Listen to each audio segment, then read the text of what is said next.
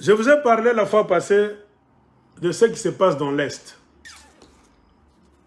J'ai parlé de l'armée rwandaise en Swahili.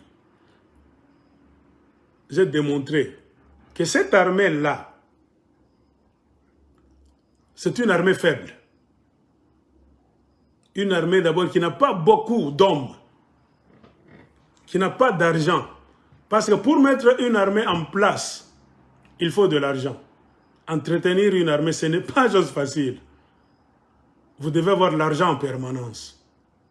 Parce que les militaires doivent manger, s'habiller, s'entraîner. Des machines de guerre ne sont pas moins chères. Un char de combat, vous savez combien ça coûte? Une auto blindée, ça coûte combien? Les orgues de Staline, les Kalachnikov, tout ce qu'on peut vous dire, les grenades, tout. Construire des bases militaires, c'est trop cher. Des hélicoptères, des avions de chasse. Ce n'est pas un jeu. Et beaucoup de pays au monde ont des difficultés pour avoir ces histoires-là. Même l'entraînement. C'est pour cela qu'ils ont des difficultés à faire quoi? À mettre en place une armée digne de ce nom. Seuls quelques pays peuvent le faire. Et certains pays en Afrique, comme le Congo démocratique, peuvent le faire. Le Congo a des moyens, mais le Congo manque seulement de leaders. La tête est vide au Congo. Les gens qui paradent là, au sommet de soi-disant État, ont la tête vide, des corrompus, tous.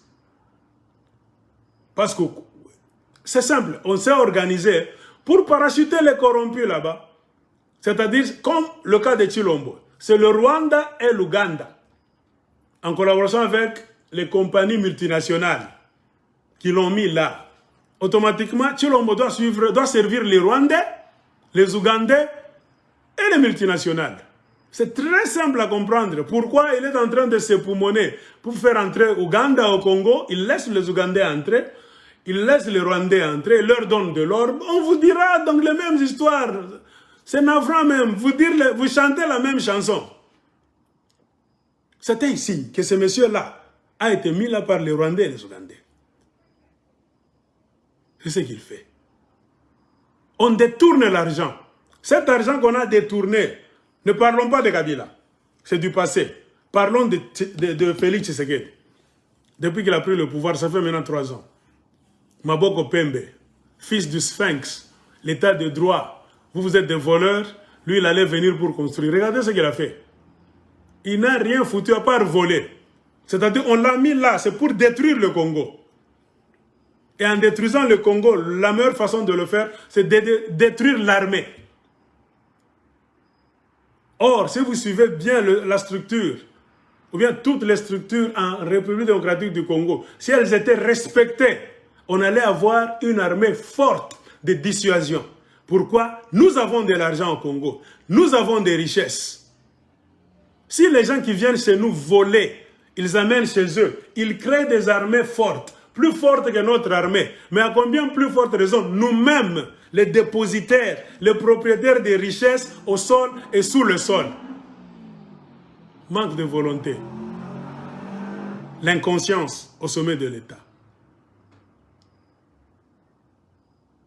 Je vous ai dit, l'armée rwandaise, c'est une armée faible. Très faible. Ce n'est pas moi qui le dis.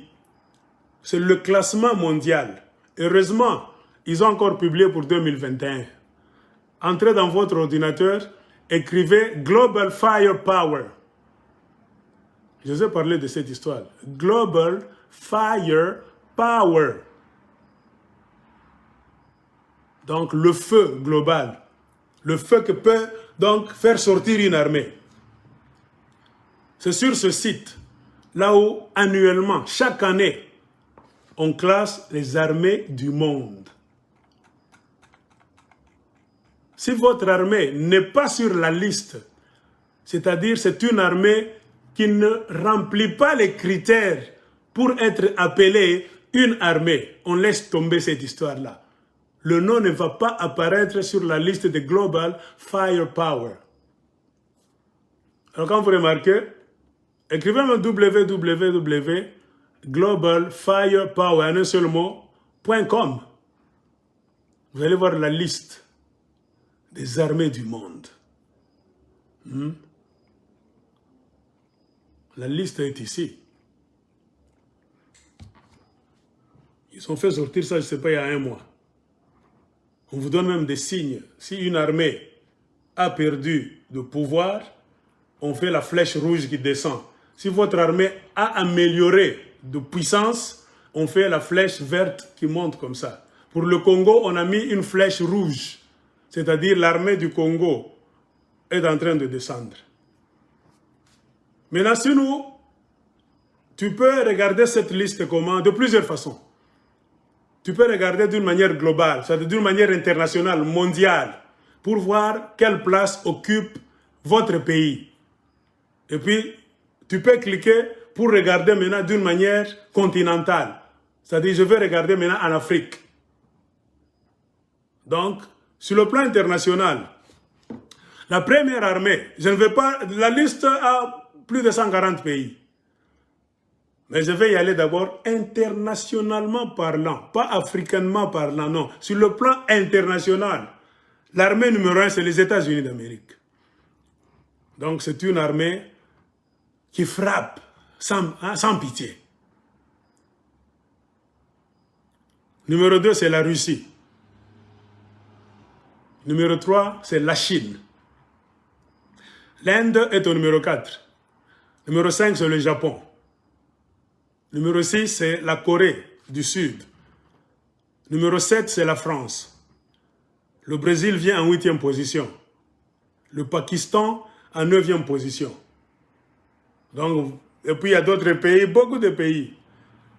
L'Angola occupe la 65e position sur le plan international. La République démocratique du Congo occupe la 81e place, numéro 81.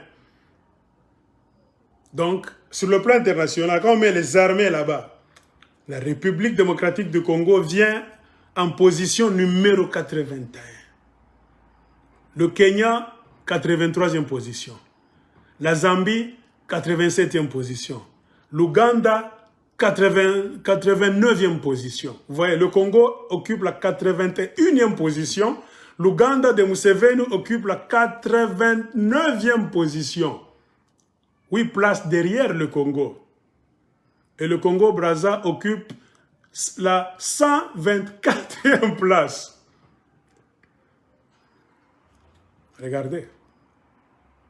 Dans toutes ces faiblesses, la mafia, on ne paye pas les militaires, on n'achète pas, les équipements traversent, l'uniforme va en Ouganda, on vole l'argent des millions qu'on devait payer aux militaires congolais. Malgré cela, l'armée de la République démocratique du Congo, quand vous suivez le classement des Global Firepower, occupe la 81e place. C'est-à-dire, on peut faire mieux. On peut créer une forte armée de dissuasion. Une armée professionnelle là-bas. Quand on vous dit les Congolais arrivent, vous allez fuir. Pourquoi est-ce qu'on ne le fait pas? Manque de volonté. La mafia. Des politiciens inconscients. Corrompus jusqu'à la moelle épinière. C'est ceux qu'on parachute là. Avec pour mission de détruire le Congo. De voler des millions. Pour les amener à l'étranger, au lieu de servir le pays et d'améliorer leur armée. Ici, j'attire l'attention. Le Rwanda n'y est pas. Hein? Le Rwanda de Kagame n'y est pas. On est arrivé jusqu'à 140 armées seulement qui remplissent les critères d'une chose qu'on peut appeler armée. C'est-à-dire, si vous ne remplissez pas autant de critères, on vous déclasse. C'est-à-dire, votre armée, on ne la compte pas. Si vous remplissez certains critères, on vous maintient sur la liste. Et le Congo est en position 81. L'Ouganda qui nous tracasse est en position 89. Le Congo est 8 places devant l'Ouganda. Mais qu'est-ce qui fait que Museveni appelle Chilombo et Beya pour aller signer des idioties là-bas, des imbécilités en Ouganda? On fait croire à nos militaires que les Ougandais sont forts. Non! Les Ougandais ne sont pas forts. C'est l'idiotie à la tête du pays. Sinon, notre armée, bien traitée, on pouvait seulement, on tourne comme ça. Ouganda, nous venons, les Ougandais allaient fuir. Le Rwanda n'en parlons même pas. Ça, on ne peut même pas mobiliser trop de forces. Hein? C'est 100 commandos congolais, dit, en faisant le jogging, ils entrent par, c'est pas, la frontière là, ils sortent par là. Mobutu l'avait fait une fois. Mais elle est allée régner en Ouganda. Pourquoi nous ne le faisons pas aujourd'hui? La corruption, la traîtrise, la déception. Ça, c'est sur le plan national, donc sur le plan international. Maintenant, descendons en Afrique. La même liste là-bas. Si vous cliquez maintenant, donc pour voir d'une manière continentale, maintenant, moi je veux voir l'Afrique. Quelle est l'armée la plus forte en Afrique? Je ne vais pas tout lire. Numéro 1, c'est l'Égypte. Numéro 2, c'est l'Algérie. Numéro 3, c'est l'Afrique du Sud. On passe. L'Angola occupe la 6e position en Afrique. C'est une armée forte. La République démocratique du Congo occupe la 11e position en Afrique. En Afrique. Notre armée, c'est le résultat d'aujourd'hui. Ce n'est pas le résultat d'il y a 10 ans, non. Au moment où nous sommes en train de parler, on a mis en place, on a regardé toutes choses qui font qu'une armée doit être comptée dans le monde pour lui donner une place selon des critères. En Afrique, le Congo, Kinshasa, notre armée là occupe la 11e place. L'Ouganda occupe la 14e place sur le plan africain. Le Congo-Brazza occupe la 26e place. Le Gabon, 32e place. Le Libéria, 36e place, c'est le dernier. La dernière armée en Afrique. Le Rwanda, nulle part. Pourquoi ça ne répond pas aux critères qui font à ce qu'on peut classer cette armée ici? Et quels sont les critères, vous allez me demander? Tu parles des critères. Quels sont les critères qui feront à ce que Global Firepower peut maintenant classer une armée sur la liste mondiale ou bien continentale? On vous dit c'est manpower. La force en hommes d'abord. Une armée, c'est les hommes d'abord. Même quand ils n'ont pas d'armes à la main, vous êtes capable de mobiliser combien d'hommes? Les hommes d'abord. On peut y avoir les femmes, on met tous dans le mot homme. Et le Rwanda, c'est un petit pays. Le Rwanda a 11 millions. La population du Rwanda aujourd'hui, c'est 11 millions. Ça tend vers les 12 millions. C'est la population de la ville de Kinshasa. Donc la population quinoise là que vous avez, c'est ça la population du Rwanda dans son entièreté. Et quand vous prenez, on peut même augmenter, ils sont 12 millions. Dans les 12 millions là-bas, avec le système de Kagame, les Hutus c'est 85%. Les Tutsis c'est 15%. Sans compter les Touas. Et l'armée de Kagame est spécialement composée de Tutsis. C'est une armée tribale, ethnique. C'est-à-dire les 85% là, on ne les compte pas. Dans les 15% là-bas des Tutsis, c'est là où on a pris quelques personnes pour faire une armée. Donc c'est une petite armée d'abord. En ce qu'on appelle manpower, un homme. C'est une petite armée. Deuxième critère, équipement. Vous devez avoir des hommes, oui. Est-ce que vous avez l'équipement qu'il faut pour aller chanter la musique au front? Troisième critère, les finances. Est-ce que vous avez l'argent? L'armée, ça s'entretient. On dit bien les finances, finances. Manpower, equipment, finances. C'est-à-dire l'homme, les hommes, l'équipement, les finances. Et le Rwanda n'a pas d'argent. Je vous ai fait savoir dans une vidéo que j'ai faite la semaine dernière. J'ai parlé en Swahili, malheureusement, beaucoup de gens ne m'ont pas compris. Qu'est-ce que je disais dans cette vidéo en Swahili? Le Rwanda n'a pas de finances. Parce que le Rwanda, là où il est, lisez les livres. Beaucoup de livres différents. Vous allez finir par une seule conclusion. Le Rwanda a toujours eu des difficultés pour mettre en place son budget national. Le budget du Rwanda, c'est problématique d'abord. Le Rwanda n'a jamais collecté l'argent. C'est-à-dire l'argent que le Rwanda gagne, la frontière, les affaires, les compagnies, les assurances, tout ce qu'on donne à l'État, pour que l'État, en fin de compte, puisse mettre cet argent sur la table et dire, ok, cette année, nous allons faire notre budget. Le Rwanda ne parvient pas à faire son budget chaque année. Pourquoi? C'est un pays pauvre. Alors, que fait le Rwanda pour combler les vides?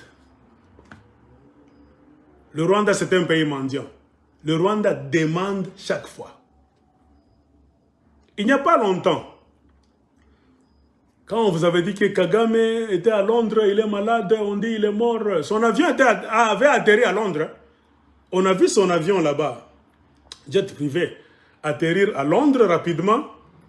Et il y a eu toute une sorte de bruit autour de son atterrissage à Londres. Qu'est-ce que les gens disaient? Il était gravement malade. On l'a amené à l'hôpital là-bas. Après Londres, on l'a transféré, je ne sais pas, en Israël. Il est déjà mort, tout ça. Non.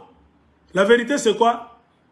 Pendant le Covid-19, Kagame est allé atterrir à Londres. Pourquoi? Pour demander 119 millions de dollars américains pour le budget du Rwanda. Il est allé frapper à la porte de Tony Blair.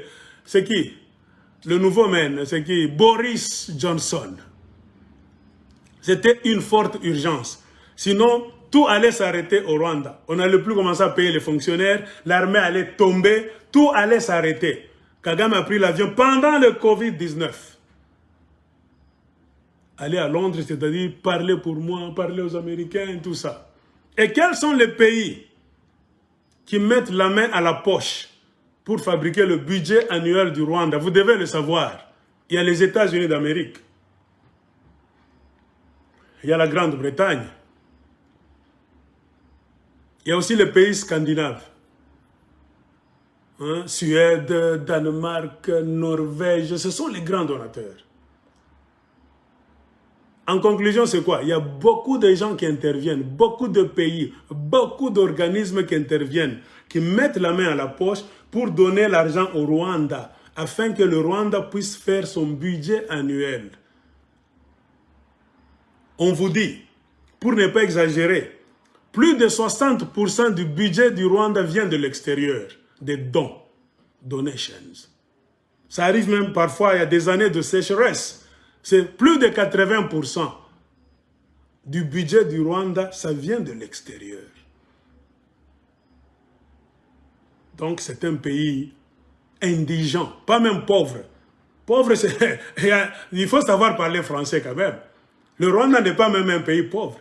Le Rwanda, c'est un pays indigent. C'est-à-dire une pauvreté accentuée. Le Rwanda produit quoi? On parle du thé, du café, le tourisme, c'est fini. Et ça produit les belles femmes. Ça fait partie du business. Un point trait. Comprenez pourquoi ils ont des difficultés. Un pays qui a des difficultés pour faire son budget d'abord chaque année. Mais comment se fait-il que ce pays-là a une armée qui entre s'imposer en République démocratique du Congo? Allez-vous comprendre cette histoire, mes chers amis? Quand on donne des critères qui font d'une armée une armée normale, on parle des hommes, l'équipement. Est-ce que les Rwandais ont l'argent pour s'acheter des équipements? Les finances. Les Rwandais ont l'argent? Logistique. Logistique. C'est-à-dire vous voulez vous déplacer. Équipement, c'est quand vous en avez quelque part. C'est casé quelque part. Maintenant, quand on parle de logistique, c'est-à-dire déplacement maintenant.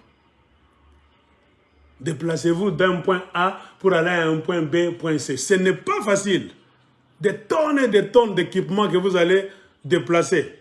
Logistique pour les mettre à la frontière. Combien de citernes d'essence vous devez acheter? Les chars de combat, les autos blindés, ça vous boit de l'essence. Et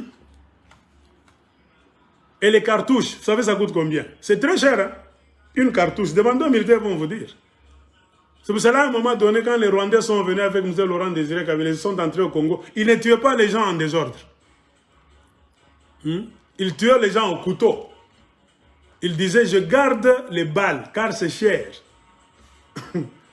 Si un Rwandais te tue avec une balle, en ce temps-là, qu'est-ce qu'il disait donc? C'est le luxe. Il te fait le luxe. C'est-à-dire, tu es une victime là de luxe. Il va utiliser une arme pour te tuer. C'est-à-dire, il te fait plaisir en te tuant avec une balle. Sinon, on n'utilise pas les balles en désordre. Car ça coûte cher. Mais comment ce pays-là s'impose? Ça fait 20 ans. On fait courber les Chines à la plus grande république démocratique du Congo. La réponse est simple. On a des traîtres au Congo. J'ai parlé des hommes, l'équipement, les finances, logistiques. Il y a aussi les ressources naturelles. Le Rwanda n'a rien au sol, même dans son sous-sol. Mais le Congo, nous avons beaucoup de ressources naturelles, les plus enviées de la planète Terre. On pouvait vendre seulement le coltan. Un tout petit peu, une toute petite quantité de coltan. On met notre armée en marche. Très bien. Pourquoi est-ce qu'on ne le fait pas? Nous avons tout. Hein? En conclusion, qu'est-ce qui fait qu'une armée soit reconnue comme une armée normale, forte? Je reprends avant de finir. Les hommes. On est combien?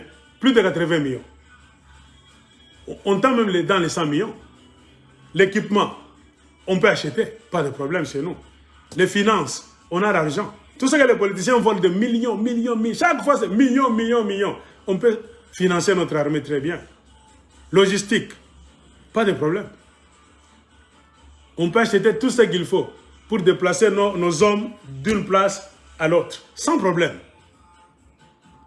Les ressources naturelles. Nous avons un pays qu'on appelle le scandale géologique. Il y a tout. Mais qu'est-ce qui fait que nous échouons? C'est là la question.